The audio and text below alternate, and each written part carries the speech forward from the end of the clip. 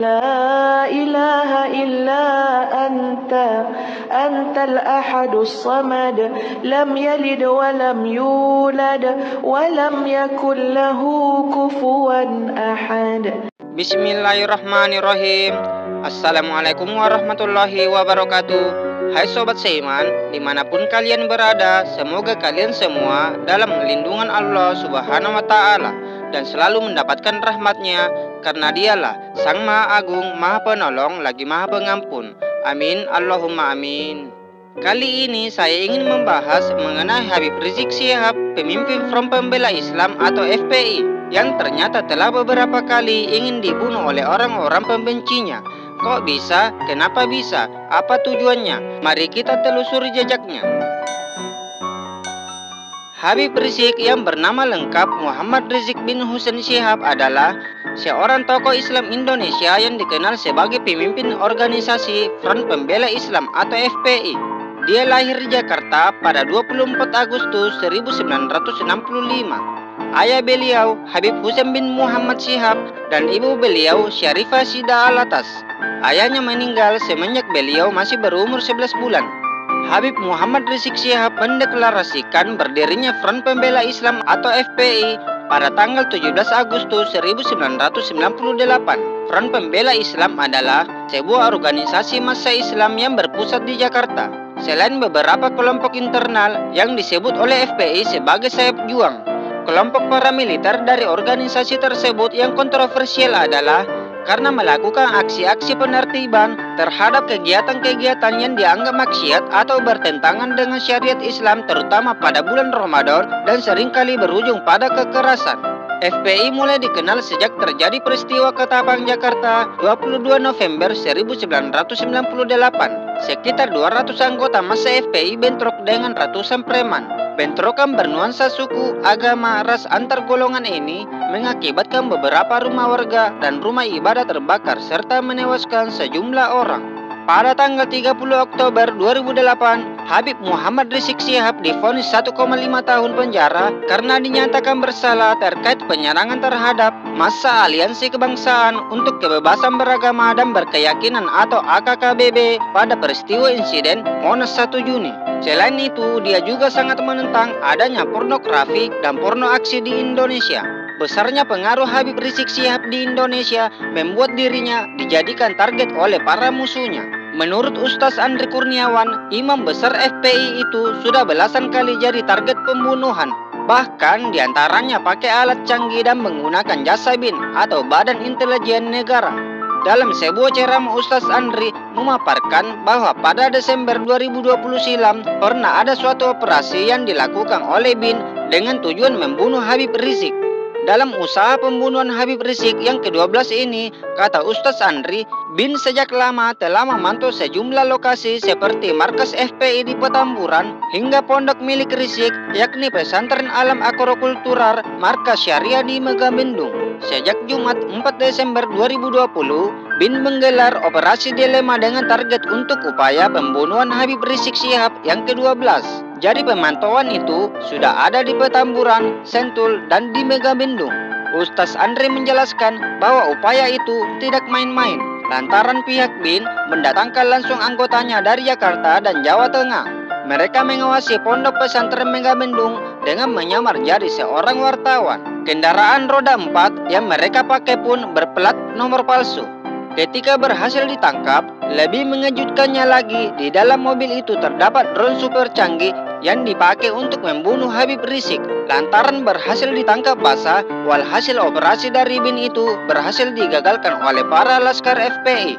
Bahkan 3 anggota BIN yang digerakkan untuk menghabisi nyawa Habib Rizik Syihab, 2 anggota BIN dari Jakarta dan 1 anggota BIN Jawa Tengah, dia masuk di pondok pesantren di markas Syariah Megamendung menyamar jadi seorang wartawan, jadi jurnalis, bahkan mobilnya pakai nomor palsu. Yang cukup mengagetkan kita, yang dibawa itu drone super canggih akan digunakan untuk membunuh Habib Rizik yang ke-12. Mereka membuat makar, tapi Allah Subhanahu wa Ta'ala membalas makar mereka. Allah menyelamatkan Habib Rizik. Laskar-laskar FPI melakukan gerakan kontra intelijen dan berhasil menangkap 3 anggota BIN ini.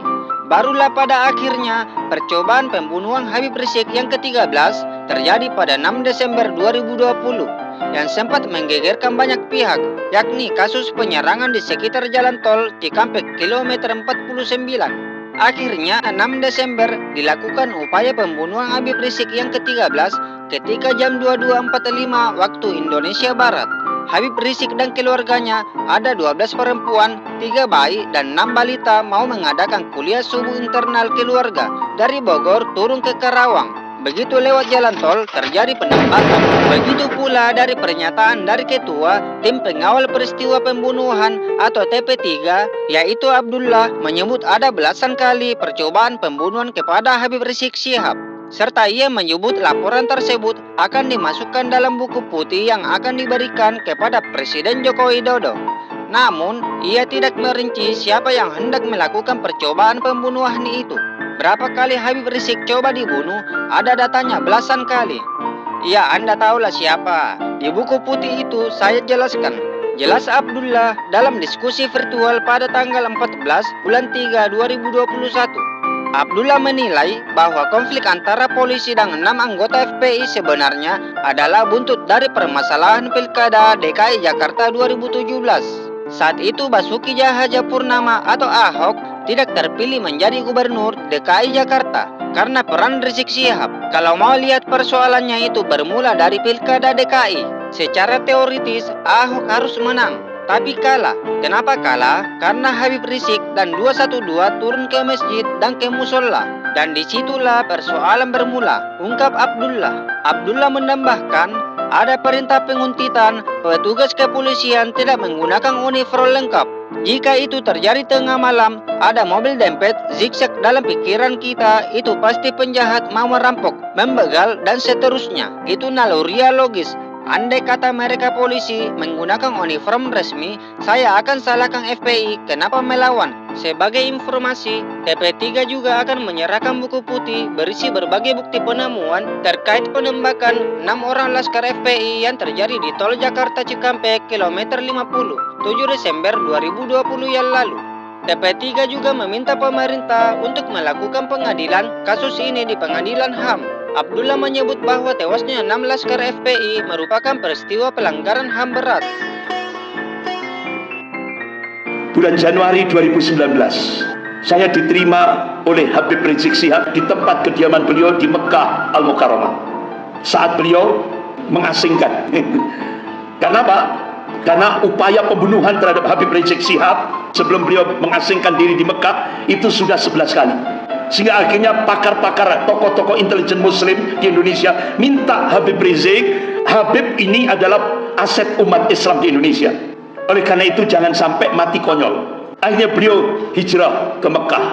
Nah, saat bulan Januari 2019 saya diterima di kediaman beliau di Mekah Al-Mukarramah. Beliau menyampaikan, Ustadz Andri, sebelum antum ke sini ada 2 petinggi negara datang ke Jeddah. Akhirnya kita sepakati di sebuah hotel lantai 16. Nyampe di situ Habib Rizik Syihab ada rasa nggak enak. Beliau diberi bebasilah oleh Allah, sehingga akhirnya beliau mengambil kebijakan cepat waktu itu, pindah ke hotel yang lain.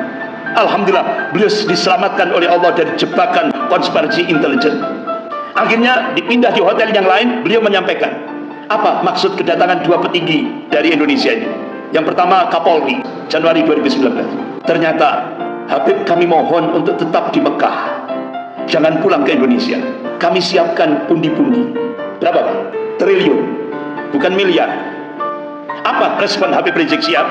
Beliau sampaikan di hadapan saya, Ustadz Andri, langsung saat itu saya sampaikan, saya menolak. Triliun ini ditolak oleh Habib Rizik Syihab.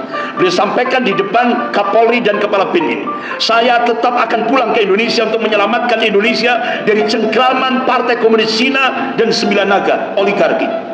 Itu tekad beliau. Beliau paham beliau akan dihabisi lagi, tapi itu resiko. Beliau yakin yang menghidupkan dan mematikan hanyalah Allah, bukan manusia. Itulah keyakinan beliau. Akhirnya beliau pulang ke Indonesia, sampai akhirnya beliau dijebakkan. Upaya pembunuhan yang ke-12 ketika beliau berada di pondok pesantren Megamendung, pondok pesantren beliau. Ternyata beliau akan dibunuh pakai, alhamdulillah, pengawal Habib Rizik Syihab sikap. 3 intel bisa ditangkap. Jadi 2 intel dari Jawa Tengah dan 1 intel dari Jakarta, anggota Badan Intelijen Negara. Dan pesawat drone-nya berhasil disita. Alhamdulillah, Allah selamatkan dari upaya pembunuhan ke-12. Ternyata tidak berhenti di situ. Upaya pembunuhan yang ke-13. Ketika Habib Rizik Syihab akan memberikan kuliah subuh, beliau ajak menantu, anak, cucu, semuanya, istri diajak semuanya. Tidak tahunya di jalan tol Cikampek, beliau akan dibunuh, upaya pembunuhan ke-13. Yang ternyata akhirnya terbongkar. Orang-orangnya Jenderal Sambo. Akhirnya alhamdulillah pengawal Habib Rizik Syihab berhasil menghadap. Kejar-kejaran itu di tol Cikampek, kejar-kejaran mobil, luar biasa, ngeri itu. Sehingga akhirnya alhamdulillah berhasil menghadang, dan akhirnya yang dibunuh justru pengawal Habib Rizik. 6 pengawal Habib Rizik. Demikianlah pembahasan tentang percobaan pembunuhan kepada imam besar kita, yakni Habib Rizik Syihab yang ke-13 kalinya. Semoga kisah ini bermanfaat dan dapat dijadikan pelajaran. Kurang lebihnya mohon dimaafkan. Yang benar semua datangnya dari Allah Subhanahu wa Ta'ala yang Maha Benar. Dan jika ada yang salah atau melenceng, semuanya datang dari saya pribadi tentunya. Sampai ketemu lagi di kisah-kisah selanjutnya di channel Zira Islamia. Assalamualaikum warahmatullahi wabarakatuh.